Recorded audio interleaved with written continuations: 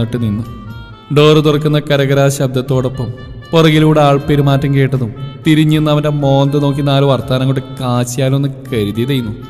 അപ്പോഴാണ് വാപ്പച്ചി പറഞ്ഞത് ഓർമ്മ വന്നു. വന്നിട്ട് മുമ്പിൽ ഈ വാപ്പാനെ പേരുദോഷം കേൾപ്പിക്കലടാ ഹിബൂന്ന്. അതുകൊണ്ട് മാത്രം മൗനം പാലിച്ച് നിന്നു. ഏതായാലും ഇവിടെ വരെ വന്നല്ലേ, എന്താണെന്ന് വെച്ചാൽ പറഞ്ഞിട്ട് പോയിക്കോട്ടെ. ഓൻ്റെ പാട്ട മോന്തൊക്കെ നോക്കാതിരുന്നാൽ മതിയല്ലോ. 1 ചുമച്ച് 2 ചുമച്ച്.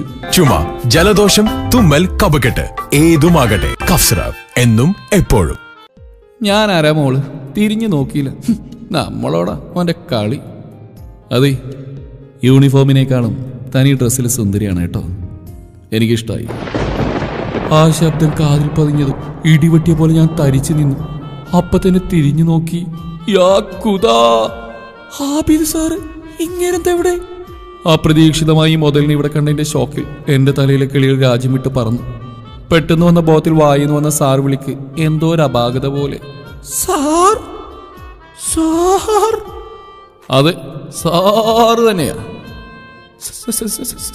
സാറെന്താ ഇവിടെ? ഹിബ, തനിക്കെന്താ വിക്കിന് വല്ല പ്രോബ്ലം ഉണ്ടോ എന്ന് ചോദിച്ചുകൊണ്ട് സാർ എന്നെ നോക്കി ചിരിക്കാൻ തുടങ്ങി. പടച്ചോനെ, ഇങ്ങനെ ചിരിക്കുന്നു. ഇതിന് ആബി സാർ തന്നെയല്ലേ? ഹിബ, താനെന്തോന്നും മിണ്ടാത്ത്? എന്നോട് തീരെ പ്രതീക്ഷിച്ചില്ലല്ലേ? നിങ്ങൾ എന്തിനാ ഇവിടേക്ക് വന്ന്? ആരോട് ചോദിച്ചിട്ടാ എന്റെ വീട്ടിലേക്ക് വന്ന്? കോളേജിൽ വെച്ചിരുന്ന ടോർച്ചർ മതിയാവത്തോണ്ടാണോ ഇവിടേക്ക് എട്ടിയെഴുന്നള്ളത്? അതും പെണ്ണ് കാണാൻ വേണ്ടി? ജീവിതത്തിൽ നിങ്ങളുടെ ഒരു പീരീഡ് സഹിക്കാൻ പറ്റാത്ത ഞാനാണോ നിങ്ങളെ ജീവിതകാലം മുഴുവൻ സഹിക്കേണ്ടത്? ദേ, എനിക്കൊന്നും വേണ്ട നിങ്ങളെ, എനിക്ക് ഇഷ്ടമല്ല. വന്ന പോലെ തന്നെ പെട്ടെന്ന് ഇറങ്ങിക്കോ. എന്റെ വാപ്പാനോട് ഞാൻ പറഞ്ഞു കൊടുക്കുന്നുണ്ട് നിങ്ങളെ കുറിച്ച്. ഏതോ ഒരു മരം കൂടെ എന്നെ കാണാൻ വരുന്നത് പറഞ്ഞപ്പോ ആ മരം കൂടെ നിങ്ങളായിരിക്കും ഞാൻ കരുതിയില്ല. അറിഞ്ഞിരുന്നെങ്കിൽ രാവിലെ തന്നെ ഞാൻ എങ്ങോട്ടേലും നാട് വിട്ടേനെ. വന്നു, ഇനി പറഞ്ഞിട്ട് കാര്യമില്ല. ഇനി നിങ്ങൾക്കൊന്നും സംസാരിക്കില്ലല്ലോ. മതി, ഇറങ്ങിക്കോ. എന്റെ റൂമിൽ നിന്ന് ഇറങ്ങിയാട്ടെ. അല്ലെ വേണ്ട, ഞാൻ ഇറങ്ങിക്കോളാം എന്ന് പറഞ്ഞുകൊണ്ട് ഞാൻ സാറിനെ നോക്കി കണ്ണുരുട്ടിക്കൊണ്ട് വെളിയിലേക്ക് കടക്കാൻ ഒരുങ്ങിയതും സാറിന്റെ കയ്യിൽ പിടിച്ചു വലിച്ച് അങ്ങേരുടെ അരികിലേക്ക് നിർത്തി. വിട്ട് കയ്യിൽ നിന്ന് വിടാനാ പറഞ്ഞേ. കിടന്ന് കാണാതടി വേണേ. അങ്ങനെ എളുപ്പം വിട്ടിട്ട് പോകാൻ വേണ്ടിയല്ലോ പെണ്ണി ചോദിക്കാൻ വന്ന്.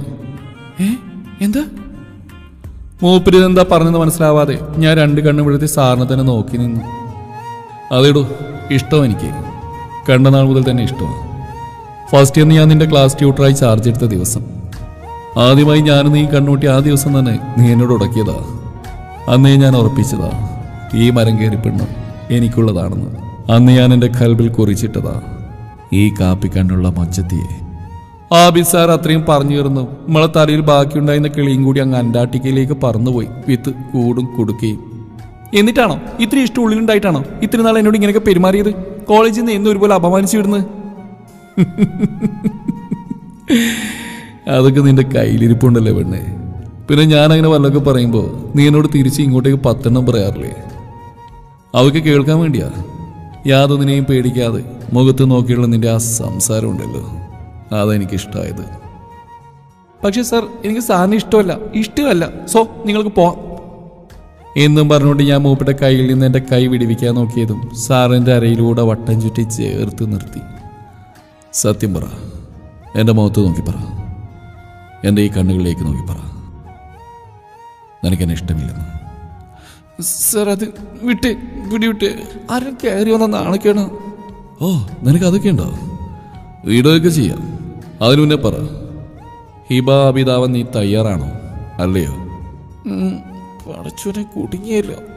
ആണ്, പക്ഷെ ഒരു കണ്ടീഷൻ എന്ന് പറഞ്ഞുകൊണ്ട് ഞാൻ സാറിനെ പിടിച്ചുള്ളതും കണ്ടീഷൻ എന്താണെന്ന് അറിയാൻ വേണ്ടി മൂപ്പര് നെറ്റി വിളിച്ച് നോക്കി.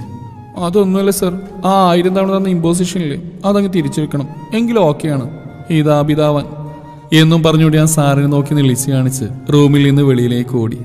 സാറ് ഡീന്ന് വിളിച്ചുകൊണ്ട് നമ്മുടെ പിന്നാലെ വന്നു. നമ്മൾ രണ്ടുപേരും ചെന്ന് വിട്ടത് ഞങ്ങളുടെ വീട്ടുകാരുടെ മുന്നിലേക്കാണ്. മുഖത്ത് നാണൊക്കെ കയറി ചിരിച്ചുകൊണ്ട് വരുന്ന എന്നെ കണ്ടതും വാപ്പയും ഉമ്മച്ചി ആ കുരിപ്പ് ഹിഷാമൊക്കെ വായും പൊളിച്ച് നോക്കാൻ തുടങ്ങി. ഞാൻ എല്ലാവർക്കും മുമ്പിൽ ഒന്ന് പല്ലിളിച്ച് കാണിച്ചുകൊണ്ട് ഉമ്മച്ചീൻ്റെ പിന്നിൽ ചെന്ന് നിന്നു. എന്തൊക്കെയായിരുന്നു മലപ്പുറം കത്തി, അമ്പും വില്ലും, മാങ്ങാ തൊലി. എന്നെ കാണാൻ ഇപ്പം ആരും വരണ്ട. വന്ന മരങ്ങോടോട് എനിക്കൊന്നും സംസാരിക്കാനില്ല. എന്നിട്ടിപ്പോൾ എന്ത് പറ്റി എൻ്റെ പെങ്ങക്ക്? നമ്മളെ ആബിസാറിനെ നല്ലോണം ബോധിച്ച മട്ടുണ്ടല്ലോ എന്ന് പറഞ്ഞുകൊണ്ട് ഹിഷാമ് നമ്മൾ നോക്കി ആക്കി ചിരിച്ചു പോവും. ഞാൻ നിന്ന് നിൽപ്പിലങ്ങ് ചൂളിപ്പോയി. അപ്പം എങ്ങനെയാ കാര്യങ്ങൾ എന്നെൻ്റെ വാപ്പച്ചി ചോദിച്ചും ആബിസാർ എൻ്റെ മുഖത്തേക്ക് നോക്കി പുഞ്ചിരിച്ചുകൊണ്ട് എൻ്റെ വാപ്പാനോട് പറഞ്ഞു, പൊന്നുപോലെ നോക്കിക്കോളാം, കണ്ണു നിറക്കില്ല ഒരിക്കലും. ഈ കാന്താരി പെണ്ണിന്റെ. അപ്പൊ എല്ലാം ഓക്കെ ആയില്ലേ ഉമ്മച്ചി? ദേ ഉമ്മച്ചീന്റെ മരുമോള് ഹിബാബിത് നിങ്ങൾ ആഗ്രഹിച്ച പോലത്തെ ഒരു കുട്ടി തന്നെ.